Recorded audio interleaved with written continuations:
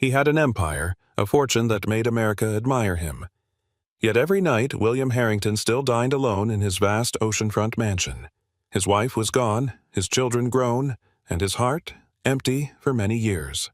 He had everything: money, power, prestige, but the one thing he could never buy was love. Until that summer, when a young black woman appeared, Imani Carter, 27, carrying the hunger to prove herself, unafraid of age or judgment. She made him feel once more what it meant to be alive, to be truly loved. But this love, if revealed, would shatter both their reputations. A billionaire twice her age, a young woman just beginning her career, a forbidden summer, that could cost them everything. Do you believe love is worth such a price? Stay with us as we follow a journey filled with tears, passion, and choices that can change a life forever. The car wound along the coastal road, sunlight flashing across the wide Atlantic. Waves rolled against the cliffs, scattering white spray into the air. Imani Carter sat by the window, her hand pressed to the glass, her chest tight with nerves. The mansion appeared in the distance, pale stone walls rising above green lawns that stretched toward the sea. It looked less like a home and more like a fortress. She swallowed hard. This was where she would spend the summer, restoring frescoes older than the country itself. At 27, she had worked twice as hard for every opportunity. Every professor, every critic had reminded her that she was too young, too unproven, too different. Yet here she was, invited to the estate of one of America's most powerful men. Ambition burned in her chest, but fear lingered close behind. Would she be taken seriously? Would they see her as more than just a pretty distraction? The car slowed at the gates, iron bars parting to reveal the long drive. Imani sat taller, forcing herself to breathe. She whispered a promise only she could hear. "This is my chance. I will not waste it." The doors opened before she could lift her bag. Marble floors gleamed under the afternoon light, chandeliers scattering sparks across gilded frames. Imani's breath caught as her steps echoed through the grand foyer. Then, movement on the staircase. William Harrington descended with measured ease. Tall, broad, silver threading his dark hair, he carried himself with the gravity of a man used to being obeyed. Every inch spoke of wealth, of history, of power. Imani froze, clutching her portfolio tighter. Photographs had not prepared her for the weight of his presence. His eyes found hers instantly, sharp, unreadable. "Miss Carter," he said, voice low and smooth, a tone that silenced boardrooms. "Welcome to Harrington House." Her throat was dry, but she managed a steady smile. "Thank you, Mr. Harrington. It's an honor to be here." "William," he corrected. The single word cracked the formality. He extended his hand. She reached for it, the brief contact sparking through her skin like electricity. Her breath hitched. She pulled away too quickly, hoping he had not noticed, but his gaze lingered, steady as though cataloging every detail. In that moment, something shifted. Subtle, dangerous, impossible to ignore. Imani followed the housekeeper toward the guest wing, but she could still feel his eyes on her back. The air seemed heavier under the weight of his attention. She forced herself to walk steadily, every step rehearsed, every movement professional. William Harrington remained at the foot of the stairs, hands clasped loosely, gaze fixed on her as though he could read beyond posture and polite words. For a man used to control, something about her unsettled him. Imani's heart beat faster. She reminded herself again, this is work, nothing more. Yet her skin still buzzed where his hand had touched hers. Behind her calm exterior, doubts stirred. Was she strong enough to hold her ground here? Could she truly keep her focus in a place that radiated power, in front of a man who embodied it? She clenched her jaw, setting her chin high. She had come here to prove herself, not to be distracted. The hall swallowed her figure, but William's expression did not soften. His eyes carried both curiosity and something quieter, something he had not felt in years. Neither of them could name it yet, but both had already sensed its pull. Her suite opened onto a balcony overlooking the Atlantic. Silk curtains floated in the sea breeze, soft against polished wood and carved stone. It was the most beautiful room Imani had ever entered. She walked across the space slowly, fingertips brushing gold trim, velvet fabric, and framed art. This was not just comfort. It was wealth of a scale she had only read about. The contrast struck deep. She thought of her small apartment, the rent overdue, the walls cracked with age. Here, even the silence felt expensive. She unpacked her brushes and notebooks, setting them with careful precision on the desk. Yet her hands trembled faintly. She belonged here as a professional, but did she belong here as a person? The gulf between them stretched wide. Age, power, money, reputation. She had her talent. He had an empire. Imani stepped onto the balcony, the sea rushing far below. For a moment, the wind lifted her hair, carrying salt and possibility. She closed her eyes and whispered again, steady this time. Stay focused. This is work, nothing more. But already, deep inside, she wondered if the house itself was listening and waiting. The evening fell slowly over Newport. The sea turned dark silver, waves carrying the last light of the day. Imani stepped onto her balcony, needing air after hours of quiet unpacking. Below, on the terrace, William Harrington stood alone, a glass of amber in his hand, his gaze fixed on the horizon. The breeze tugged at his shirt, making him look less like a man of power and more like a figure carved against the ocean. She froze in the shadows of the curtains, hidden, yet unable to look away. For a moment, the world seemed to pause. Then he turned his head slightly, as if he sensed her. Their eyes met across the distance. No words, no movement. Only a line of silence strung tight between balcony and terrace. Heat stirred in her chest, unexpected, unwanted. She pulled back quickly, pressing her hand to her racing heart. She told herself it was nothing, a trick of nerves, the pressure of new surroundings. But deep down, she knew. Something had already begun. And in the fading light, William still stood there, still looking toward where she had been, as though the air itself carried her presence. Later that evening, the housekeeper led her into the dining hall. A table long enough for 20 stood under vaulted ceilings, but only 2 seats had been set. William waited at the far end. He rose when she entered, a courtesy both old-fashioned and disarming. She sat across from him, the distance wide, the silence louder than any noise. They began with questions about her training, her mentors, her favorite techniques. His tone was polite, measured, yet he listened with an attention that unsettled her. Most men asked to be impressed. He asked to understand. She spoke of frescoes, of the patience restoration required. He responded with stories of risk, of choices that shaped fortunes. Beneath the surface of their words lingered a quieter thread. Loneliness. Candles flickered, throwing soft light over silverware, over the curve of his jaw, over the glint of his watch. At times their eyes met, and neither looked away fast enough. Imani lowered her gaze to her plate, reminding herself of boundaries. He was her employer. He was older, powerful, untouchable, yet every glance made the room feel smaller, the silence heavier. Dinner ended, but the weight of it followed her long after. Her room was quiet, too quiet. Beyond the balcony, the ocean pounded against the cliffs, steady as a heartbeat she could not control. Imani lay in bed, eyes open, staring at the ceiling. She replayed the evening again and again, his voice, his gaze, the space between them filled with something unnamed. She turned onto her side, clutching the sheet. Focus on work, she told herself. Do not cross the line. Yet her chest ached with a different truth. Her heart had already begun to betray her. Memories pressed close. His eyes in the candlelight, the way he asked if she always chose challenges others avoided, the faint smile that followed her answer. These details haunted her more than the grandeur of the estate, more than the storm of expectations she carried.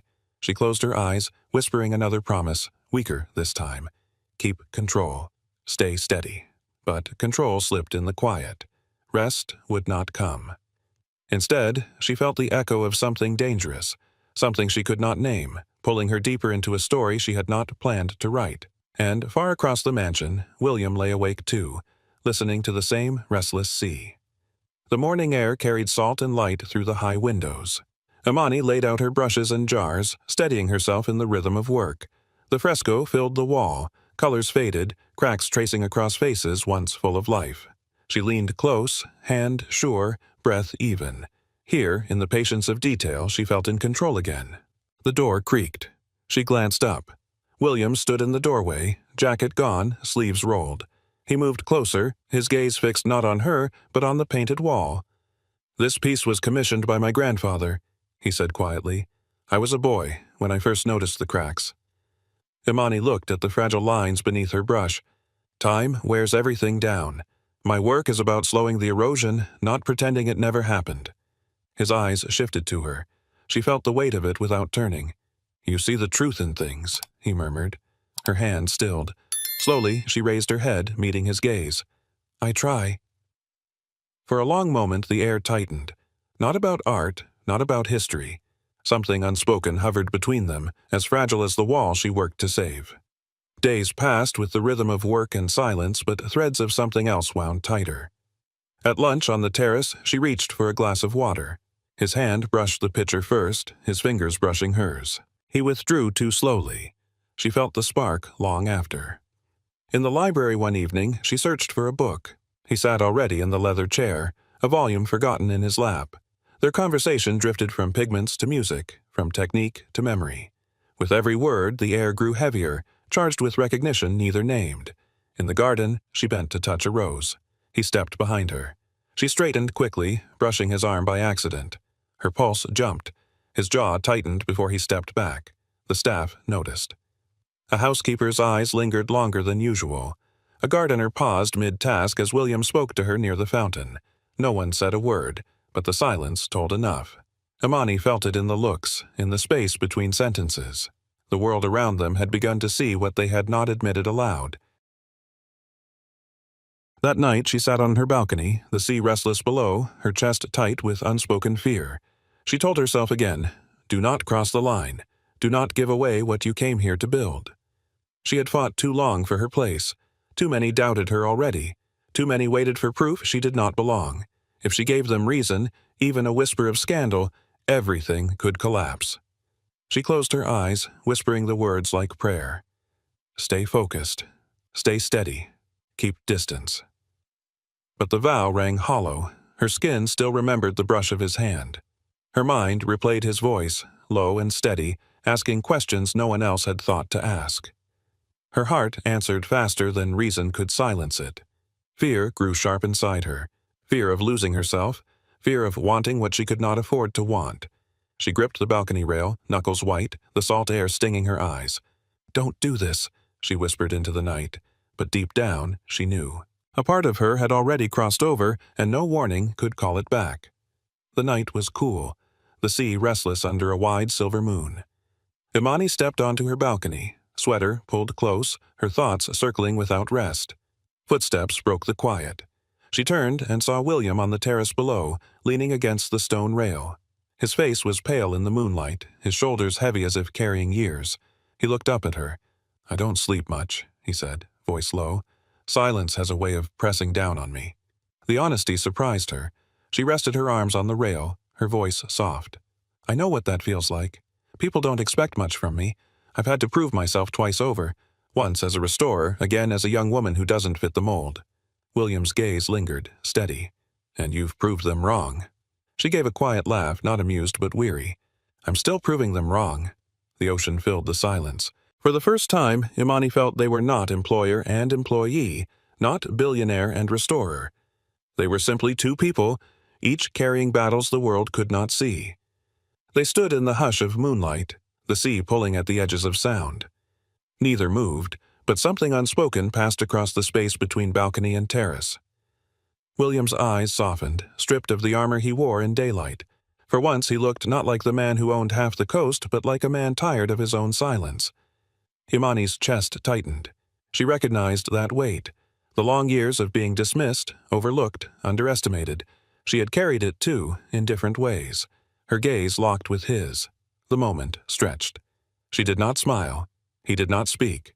Yet both understood. They had found in each other a reflection of their own scars. The silence between them was not empty. It was full of everything they had never admitted to another soul. She leaned back against the railing, heart pounding. He straightened, his breath uneven, as if holding back words he could not say. For the first time they saw not age or power, not distance or difference. Only the fragile truth of being seen. The storm came sudden, sweeping across the coast with wind and rain. The estate shivered under thunder while lamps flickered in the fresco room. Imani worked late, bent close to the painted wall, hair damp from the heavy air. She should have stopped, but her hands moved steady, determined. William entered quietly. His sleeves were rolled, his expression shadowed by the storm. He watched her in silence, the glow of the lamp casting gold on her skin. "You'll ruin your eyes in the dark," he said at last. She startled, nearly spilling the solvent. He reached out, steadying her wrist, his hand warm around hers. The contact lingered too long. She looked up. His eyes met hers, gray and sharp, but softer now, filled with something unspoken. The thunder cracked. The air tightened. Restraint thinned to nothing. He touched her cheek, tentative at first. She leaned into it, only slightly, but enough. Their lips met in a rush. Not careful, not polite. A kiss born of weeks of silence, breaking all at once. The storm roared outside, but inside the fresco room the world had narrowed to two. Imani pressed against him, breath caught, heart racing. His mouth was fierce, hers answering with equal fire. When they broke apart, the air shook with silence. His hand still cupped her face. Her lips trembled. "This is a mistake," William said, voice rough. His words lacked conviction, but his eyes pleaded for control. Imani searched his face. The ache in her chest rose like a wave. She whispered back, steady but trembling, "Then let it be a mistake." The confession settled between them, heavier than thunder. He dragged a hand through his hair, stepping back, trying to find distance. But the memory of her mouth clung to him, to the air, to everything. Imani stood rooted, pulse wild, unable to breathe evenly. She knew the line had been crossed. She knew the cost could be ruin. And yet, deep inside, she felt more alive than she ever had before. The days that followed grew heavier with silence. Both tried to step back, but the pull between them only deepened. At breakfast, his hand brushed hers as he reached for the salt. A spark shot through her, sharp and undeniable. She pulled away too quickly, cheeks warm, but his eyes held hers longer than they should. Walking through the hall, she caught his gaze. It lingered just enough to twist her breath. She looked down, pretending not to feel the air thicken around them. Even the laughter turned dangerous. Once, she dropped a brush. He bent to pick it up, their faces too close. Both smiled, but neither smiled long. The current was too strong. The house seemed smaller. Every corner carried the echo of a glance. Every room held the shadow of what had happened. They spoke less, but when they did, the words carried weight. It was not what they said. It was the silence wrapped around it, full of what they dared not name. And in that silence something grew, restless, electric, impossible to control. It was late, the estate hushed in velvet dark. Imani wandered into the library, seeking distraction among shelves that smelled of old paper and leather. William was already there. He sat in an armchair, a book resting forgotten on his lap. He looked up, startled, then softened. Neither spoke at first. The clock ticked faintly, the sea whispering beyond the glass. She moved closer, drawn by the quiet. He did not rise, but his eyes followed her every step. She sank into the chair beside him. Their arms brushed lightly. Too light for accident, too light for dismissal. He reached out, hesitated, then let his hand fall near hers on the cushion. Her fingers shifted. Slowly, carefully, they touched. Then curled together, palms warm, skin against skin. No kiss, no words, just the slow tightening of two hands, holding as if they had waited years for this one simple act. They sat like that until the clock struck 1. When she rose, she slipped her hand away, reluctant, almost trembling. Neither spoke of it, but both carried the weight of that silence back into the night. The next evening brought summer air thick with the scent of roses. Lanterns glowed along the garden path, fireflies drifting above the fountain. Imani sat on the stone edge, sketchbook in hand. She looked up at the sound of footsteps. William approached, the shadows softening the sharp lines of his face. He asked what she was drawing. She showed him the rough lines of the flowers. He smiled faintly, lowering himself to sit beside her. The distance between them was too small, too dangerous. They spoke in low tones, laughter slipping between words. For a moment it felt natural, almost easy. Then silence fell again. His eyes lingered on her. Hers answered without hesitation. He leaned closer. She met him halfway. Their lips touched, soft at first, then deeper, need threading through the quiet. The kiss carried warmth, promise, risk. Her hand rose to his chest, his arm steadied her waist. For that moment nothing else existed, until footsteps crunched the gravel, a gardener passing nearby. They broke apart quickly, hearts pounding, guilt alive in their eyes. The night was no longer gentle. It was charged, fragile, already slipping out of control. The storm returned, rain hammering the glass as the estate shook with thunder. Imani had stayed late again, bent over the faded fresco, her lamp throwing a soft circle of light across the wall. William entered, his steps firm, his expression tense. He meant to tell her to rest, to send her back to her room. Instead, he stopped, caught by the sight of her. She looked up, startled, brush slipping from her hand. Their eyes locked. Something inside both of them broke. He crossed the room in 2 strides. His hands gripped her waist, pulling her against him.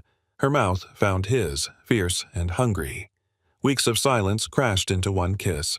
She clutched his shirt, rising onto her toes, answering with equal fire. He lifted her, setting her against the work table, her body folding into his without hesitation. Their mouths met again, desperate, unguarded. Every barrier fell, every vow forgotten. It was not just hunger, it was reverence, a search for life in the other. For the first time, both surrendered completely. The storm outside raged. Inside, their storm had already begun. The days after blurred into stolen hours and quiet mornings. For William, it was as if time had turned back. The weight of his years fell away when she was near. His laughter, rare for so long, returned in her presence. For Imani, it was something different. She had chased respect, fought for her place in a world that never wanted to give it. Now, she felt seen. Not for her skill, not for her ambition, but for who she was. They shared moments small and fragile. A smile across the breakfast table, a hand brushing hers as they passed in the hall, the warmth of whispered words in the dark. Yet, beneath every touch, shadows lingered. The staff had eyes. The world beyond had ears. The mansion, once a refuge, now felt like a house of mirrors. Both knew it could not last, but neither wanted to step back. Happiness, brief as it was, burned brighter for its danger, and so they held on, as if each moment could make the risk worth it. One afternoon, as Imani walked past the kitchens, she slowed at the sound of voices. 2 staff members spoke in low tones, unaware she was near. "She keeps him awake," one murmured. "Haven't seen him this alive in years." A chuckle followed. "It's her. Everyone knows." Imani froze. Heat rushed to her cheeks. She forced herself forward, steps steady, but her heart raced. The whispers clung to her long after. They wrapped around every room, every glance, until she felt eyes on her even when no one looked. That night, she lay awake, staring into the dark. It was not just her secret anymore. The house was breathing it, carrying it in corners and corridors. Her chest tightened. She thought of her work, of the reputation she had built piece by fragile piece. If scandal spread, it would all shatter. And yet, when she closed her eyes, all she saw was him. His face, his touch, the way his silence had broken for her. Fear grew stronger, but so did the pull. The next morning, Imani worked in the fresco room, her sketchbook open across her lap. She felt steady again, surrounded by colors and dust. A soft sound broke her focus. She looked up to find Mrs. Lee, the housekeeper, standing in the doorway. Hands folded, eyes calm but sharp. "You've taken quite well to the estate, Miss Carter," Mrs. Lee said, her voice polite. Imani forced a smile. "It's beautiful here. An honor to work." The woman nodded. Yet her gaze lingered, shifting briefly toward the corner where William often stood watching Imani work. The pause was small, but heavy. Then she turned, leaving with silent steps. Imani's pencil trembled when she touched it again. Her chest tightened as if the fresco itself judged her. Mrs. Lee said nothing out loud, but in her eyes was something louder than words. Suspicion, or perhaps warning. From that moment, the house no longer felt neutral. Every creak of the floor, every look from the staff seemed charged. Imani pressed her lips together, whispering inside, "Control yourself. They can see too much." But already she knew, the walls of Harrington House were not keeping secrets anymore. Night pressed deep against the estate, corridors lit only by scattered lamps. Imani slipped into the library, her steps soft against the rug. William was already there, waiting in the quiet. She crossed the room quickly. Their mouths met, urgent but quiet, as if they could steal time itself. His hand tangled in her hair, hers gripped his shirt. For a moment, the world outside disappeared. Then the door creaked. Both froze, breath caught. Mrs. Lee entered, carrying a tray of tea. Her gaze swept the room, calm, unhurried. She saw Imani near the chair, William sitting back, expression smooth, unreadable. "Miss Carter," she said gently, "I didn't realize you worked so late." Imani forced her voice steady. "I couldn't sleep. Thought I'd read a little." The housekeeper nodded, setting the tray down. Her eyes flicked once between them before she turned and left. Silence fell heavy. Imani pressed a hand to her chest, breath racing. "She knows," she whispered. William stood, jaw tight. "She suspects, but suspicion is not proof." Still, the fear remained, thick as the storm outside. Later that night, they stood in his study, the air close and heavy. Books lined the walls, but neither looked at them. Imani's voice cracked first. "If this gets out, I lose everything. My work, my name, all of it." William stepped closer, his eyes burning. "I don't regret a single moment. Do you?" She swallowed hard, shaking her head. "No." Her breath faltered. "I don't regret you. I only fear what comes after." His hand brushed her cheek, tender despite the fire in his words. "Then let fear stay outside these walls. In here, only truth matters." Her eyes filled, though she held them steady on his. The truth was simple, sharp. She wanted him. She had never felt more alive. But with every heartbeat came the reminder of what could be lost. They stood in silence, neither moving, the weight of their choice pressing down. The storm rattled the windows, echoing the storm inside them both. Imani whispered at last, voice thin but sure. "I'm not afraid of you, only of the world watching us." And in his silence she heard the promise he would fight the world if it came to that. The days grew heavier. Every look from the staff, every silence in the hall pressed closer.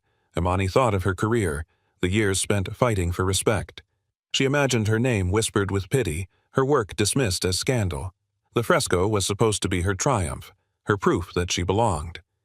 Instead, she felt the ground shifting beneath her feet. In her room, she sketched until her hands ached, trying to drown the noise in her head. But the fear did not fade. If they find out, everything is gone. Across the mansion, William sat in his study, staring at the city lights beyond the rain. He thought of power, of legacy, of the empire he had built from nothing. For decades, reputation had been his armor. Now, he felt ready to cast it aside. He could lose contracts, friends, even respect. But the thought of losing her was worse. Two hearts, bound by the same storm, faced opposite fears. She wanted to protect her future. He wanted to risk his. Neither spoke it aloud, yet both knew a choice had to be made. The storm came at night, wind thrashing the windows, rain spilling down the glass. Imani stood by her suitcase, clothes folded in neat, shaking hands. Every shirt she packed felt like tearing away a piece of herself. She whispered under her breath, "I have to, before it destroys me." The door burst open. William stood there, drenched from the rain, his hair unkempt, his chest rising hard with breath. "You're leaving me," he said, steady but breaking inside. Imani's voice cracked. "I don't have a choice. If this spreads, I lose everything I've worked for." He crossed the room, taking her face in his hands. His touch was fierce, desperate. "Then let me lose everything. My empire, my name, it's nothing without you. I am ready to risk it all." Tears burned her eyes. "You'll regret it." "Never," he said, voice sharp with conviction. "The only regret would be letting you go." The storm outside shook the house. The storm between them broke open. Morning came quiet, but tension filled the halls. The staff gathered in the dining room as usual. Plates clinked, coffee poured. Imani entered slowly, head bowed.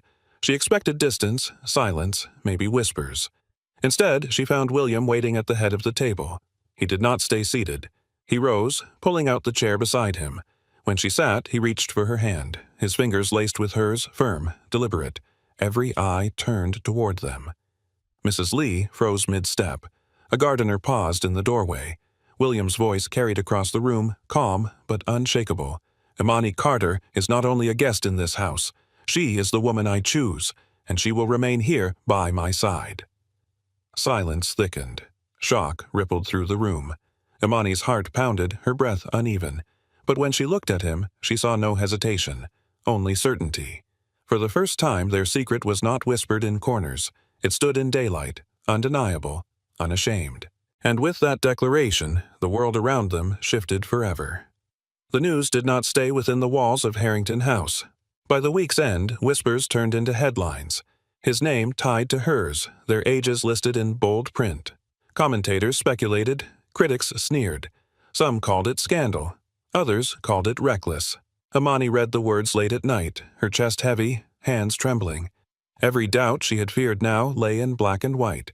She was painted as an opportunist, a distraction, a mistake. But William stood firm. He took her hand in front of cameras, unshaken. In boardrooms, he answered coldly, "This is my life, not yours." When associates warned him of ruined deals, he did not bend. Inside the mansion, he shielded her from the noise. He told her not to read the papers, not to waste her nights on voices that never knew her. It did not erase the fear, but it softened it. For the first time, she felt protected not by walls of stone, but by the man who had chosen her openly. The storm outside grew louder, but inside she began to believe they could withstand it together. The sea stretched wide, glowing gold as the sun dipped toward the horizon. The sky burned with color, clouds lit like fire over the Atlantic. Imani stood on the balcony, hair lifted by the breeze. William came beside her, wrapping an arm firmly around her waist. For a while, they said nothing. The waves below carried the sound of eternity, steady and sure. She leaned against him, letting herself breathe. "They'll never understand," she murmured, her voice quiet, almost carried away by the wind. William kissed her temple, holding her tighter. "Let them try. I don't need their understanding. I only need you." Tears stung her eyes, not from pain, but from release. She turned to face him, and in his steady gaze she found the truth she had searched for all her life. Love, simple and unshaken. The sun sank lower, painting them both in fading light. For once there was no fear of tomorrow, no weight of judgment. Only two hearts, steady against the storm. And in that moment, she believed. Whatever came, this was worth it. Their story left behind a question larger than one summer, larger than one affair. William Harrington had money, power, and a name carved into stone. Imani Carter had youth, talent, and a future she had fought hard to claim. Both knew they could lose it all, but they had discovered something greater. The right to be loved, the right to live true. Because money fades. Power crumbles. Reputations shift with the tide. But to be seen, to be chosen, to be held without fear, that is the value no empire can replace. So ask yourself, would you choose love, even knowing the price? Would you risk judgment, whispers, even loss, for the chance to feel alive?